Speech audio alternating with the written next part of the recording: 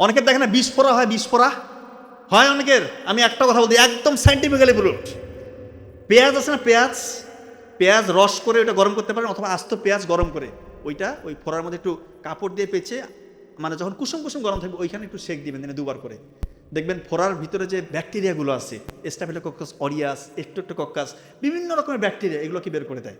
আর পুষ্টা যে ভিতরের দিকে বসে থাকে, ও পুষ্টাকে বাইরের দিকে নিয়ে এসে এটা হচ্ছে মানে ফেটাই দিয়ে অ্যাবসেস যেটা বলতেছি আমরা আমাদের ভাষায়, অ্যাবসেস মানে যেটাকে বিস্ফোরা বলেন, এটা ইনশাল্লাহ খুব দ্রুত নির্মূল হয়ে যাবে। কারণ পেঁয়াজের মধ্যে সালফার কম্পাউন্ডস রয়েছে, এটা অ্যালিসিন একটা উপাদান থাকার কারণে, এবং এটা কিন্তু একই সাথে অ্যান্টিবায়োটিকের মতো একটা রোল প্লে করে। এটা আপনারা করে দেখেন, খুবই এফেক্টিভ।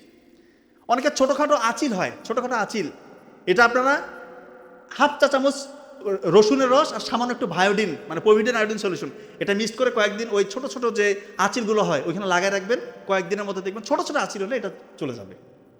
তো এই মোদ্দা কথা, রাতের বেলা ঘুমটা আগে ঘুমাবেন, ফজরের আগে উঠবেন। আপনারা ফজরের আগে উঠে 2 রাকাত নফল নামাজ পড়বেন। যে কোনো ক্যাটাগরি স্টুডেন্ট হন না কেন ভাই, আল্লাহর কাছে চান, আল্লাহ তাআলা বাড়াই দিবে।